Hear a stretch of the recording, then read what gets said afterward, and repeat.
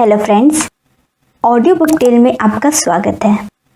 आज मैं आपको अर्नोल्ड बेनेट के द्वारा लिखा गया पुस्तक हर दिन 24 घंटे कैसे जिए टाइम मैनेजमेंट सुनाने जा रही हूँ। इस पुस्तक का हिंदी अनुवाद संस्करण डॉक्टर सुधीर दीक्षित ने 21वीं सदी के लिए किया है। अनुवादक की टिप्पणी। अर्नोल्ड बेनेट की यह छोटी सी पुस्तक 1908 में प्रकाशित हुई थी, यानी एक सदी से भी पहले, लेकिन यह आज भी बहुत लोकप्रिय है और इसका कारण स्पष्ट है। हालांकि इस एक सदी में बहुत कुछ बदल गया है, लेकिन ना तो मानव स्वभाव बदला है, ना ही यह सच्चाई बदली है कि एक दिन में 24 घंटे ही होते हैं। यह पुस्तक मैंने पहली बार तब पढ़ी थी जब मैं कॉलेज में पढ़ता था और मैं इससे बहुत प्रभावित हुआ था तथा इसे सीखने की कोशिश की थी। मेरा सौभाग्य है कि मुझे आज उसी पुस्तक का हिंदी अनुवाद अपने सामने पेश करने का अवसर मिला है। जैसा मैं बता चुका हूँ, इस एक सदी में बहुत कुछ बदल गया है, इसलिए मैंने इस पुस्तक में थोड़ी स्वतंत्रता ली है और इसे यथासंभव 21वीं सदी के अनुरूप बनाने की कोशिश की है। आज हमारे जीवन में फेसबुक, व्हाट्सएप, इंटरनेट, टीवी जैसे कई चीज़ें आ चुकी हैं जो उस समय नहीं था। इस पुस्तक को आज के ज़माने के हिसाब से अपडेट करने के लिए मैंने उसमें उचित फेरबदल किए हैं। सामग्री वही है, लेखक का संदेश वही है, बस उसे आधुनिकता का जामा पहना दिया गया है। इस पुस्तक का अनुवाद और संपादन मैंने बहुत सावधानी से किया है। जैसे आप में से कुछ लोग जानते होंगे, मेरी पुस्तक टाइम मैनेजमेंट मेरी सबसे लोकप्रिय पुस्तकों में से एक है, इसलिए मुझे बहुत ध्यान रखना पड़ा कि मेरे विचार कहीं लेखक के विचारों का अतिक्रमण ना कर ले।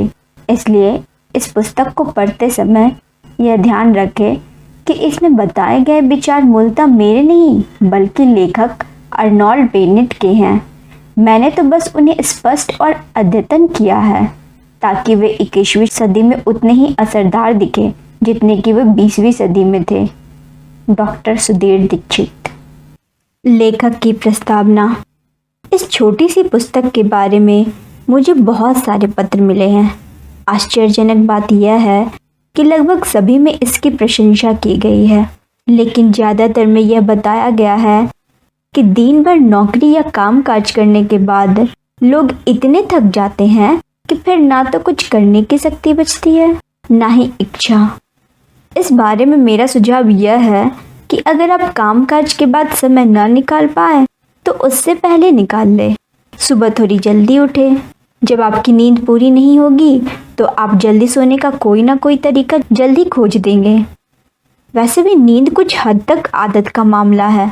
मुझे लगता है कि ज़्यादातर लोग ज़रूरत से ज़्यादा सोते हैं और इसलिए सोते हैं क्योंकि उन्हें इसकी आदत होती है, इसलिए भी क्योंकि उनके मन में किसी काम को करने का प्रबल जज्बा या जोश या जुनून नहीं होता है। मैंने इस विषय पर एक डॉक्टर से भी बातचीत की और उन्होंने यह सारगर्भित वाक्य कहा, ज़्यादातर लोग सोकर खुद को मूर्ख बनाते हैं। उनकी राय यह थी कि अगर लोग कम सोए और कम आलस करें तो 10 में से 9 लोगों की सेहत बेहतर हो जाएगी और उनका जीवन ज़्यादा सुखद हो जाएगा। यह बात बढ़ते बच्चों के अलावा बाकी सभी पर लागू होती है। इसलिए सामान्य से 1 घंटा जल्दी उठे, हो सके तो 1.5 घंटा या 2 घंटा भी। सुबह सुबह काम करने पर आपको ज़्यादा अच्छे परिणाम मिलेंगे क्योंकि आप शारीरिक मानसिक दोनों तरफ से ज़्यादा तरोताज़ा, ऊर्जावान और उत्साही होंगे। कुछ ही समय में आप देखेंगे कि आप शाम को 2 घंटा में जितना हासिल कर पाते थे उतना सुबह 1 घंटे में ही हासिल हो रहा है। Arnold Bennett.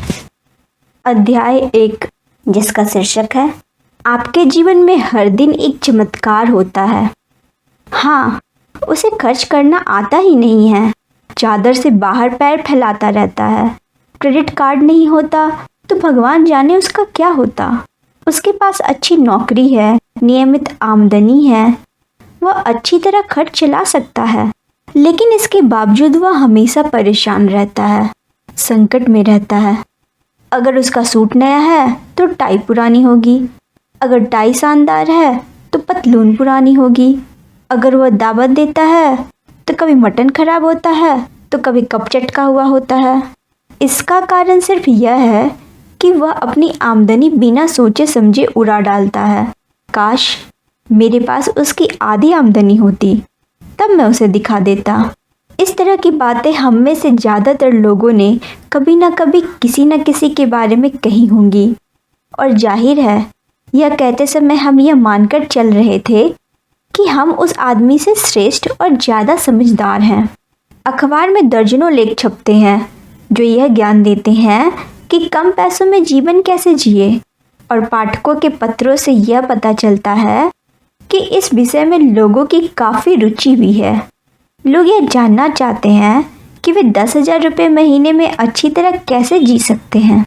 इसी कारण मैंने ऐसे लेख बहुत देखे हैं, हर सप्ताह 2400 रुपये में कैसे जिए, लेकिन आज तक मैंने एक भी ऐसा लेख नहीं देखा जो यह बताता हो हर दिन 24 घंटे में कैसे जिए। कहा जाता है कि समय धन है, लेकिन माफ़ करना दोस्त, समय धन से ज़्यादा कीमती है, बहुत ज़्यादा कीमती है। अगर आपके पास मौजूद सारा धन चला भी जाए तो आप उसे दोबारा कमा सकते हैं, लेकिन अगर समय चला जाए तो यह दोबारा लौट कर नहीं आता। इसके अलावा एक और भी अंतर है। अगर आपके पास समय है तो आप पैसे कमा सकते हैं आमतौर पर, लेकिन आप पैसों से खरीद कर अपने दिन के 24 घंटों में 1 घंटा भी नहीं बढ़ा सकते। चाहे आप अमीर हो या गरीब, आपको हर दिन 24 घंटे ही मिलते हैं। दार्शनिकों ने स्पेस की अवधारणा को तो समझाया है, लेकिन समय को नहीं समझाया है। अजीब बात है, क्योंकि समय ही हर चीज़ का रहस्यमय कच्चा माल है। यह है तो सब कुछ संभव है, यह नहीं है तो कुछ भी संभव नहीं है। दरअसल समय की आपूर्ति एक ऐसा चमत्कार है जो हर दिन होता है, और यह सचमुच आश्चर्यजनक है, बशर्ते आप ठहरकर इस बारे में सोचें। आप सुबह जागते हैं और जादू से आपके पर्स में 24 घंटे आ जाता है, जिनसे आप बहुत कुछ खरीद सकते हैं। यह सबसे मूल्यवान धरोहर है, लेकिन यह आपको बिल्कुल मुफ्त दी जाती है।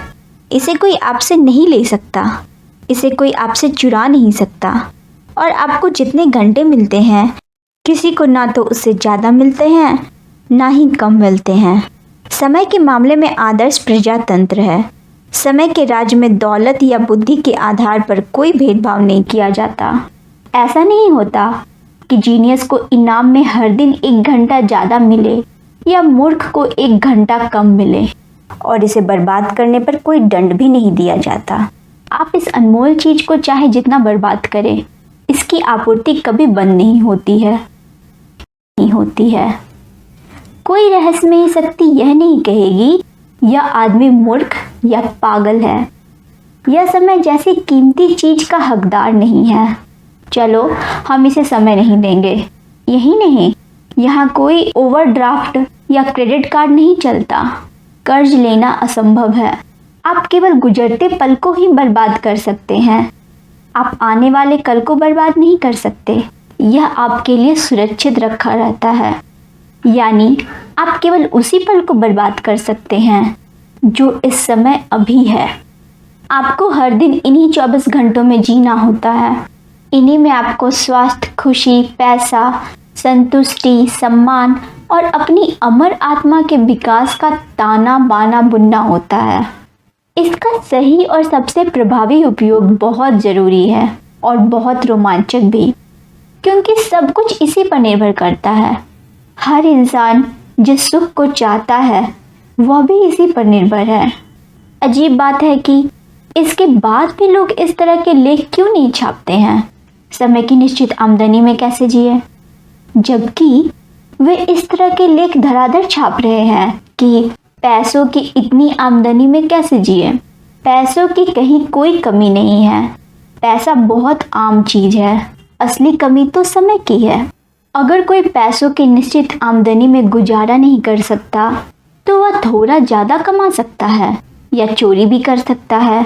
किसी की ज़िंदगी इसलिए बर्बाद नहीं होती क्योंकि वह 1 महीने में 10,000 रुपये में गुजारा नहीं कर सकता।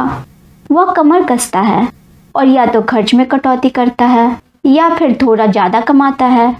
लेकिन जब आप एक दिन में 24 घंटे की आमदनी को जरा भी ना बढ़ा सकते हो तो निश्चित रूप से आपकी ज़िंदगी बर्बाद हो सकती है अगर आप उचित अनुचित खर्च का ध्यान न रखें।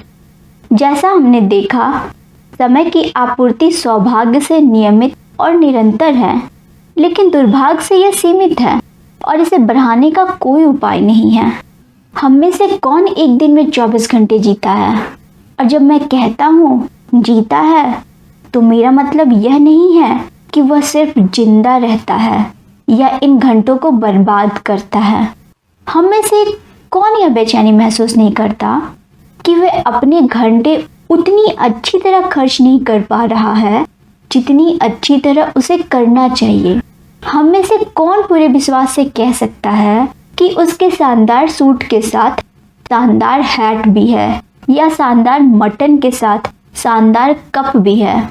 हमें से कौन खुद से यह नहीं कह रहा है और ज़िंदगी भर नहीं कह रहा है, मैं इसे बदल दूंगा जब मेरे पास थोड़ा ज़्यादा समय होगा। लेकिन मेरे दोस्त, हमारे पास थोड़ा ज़्यादा समय कभी नहीं होगा। हमारे पास आज उतना ही समय है जितना कल था या कल होगा। इसी गहरे और उपेक्षित सत्य के एहसास की वजह से मुझे यह छोटी सी व्यावहारिक पुस्तक लिखने की प्रेरणा मिली है।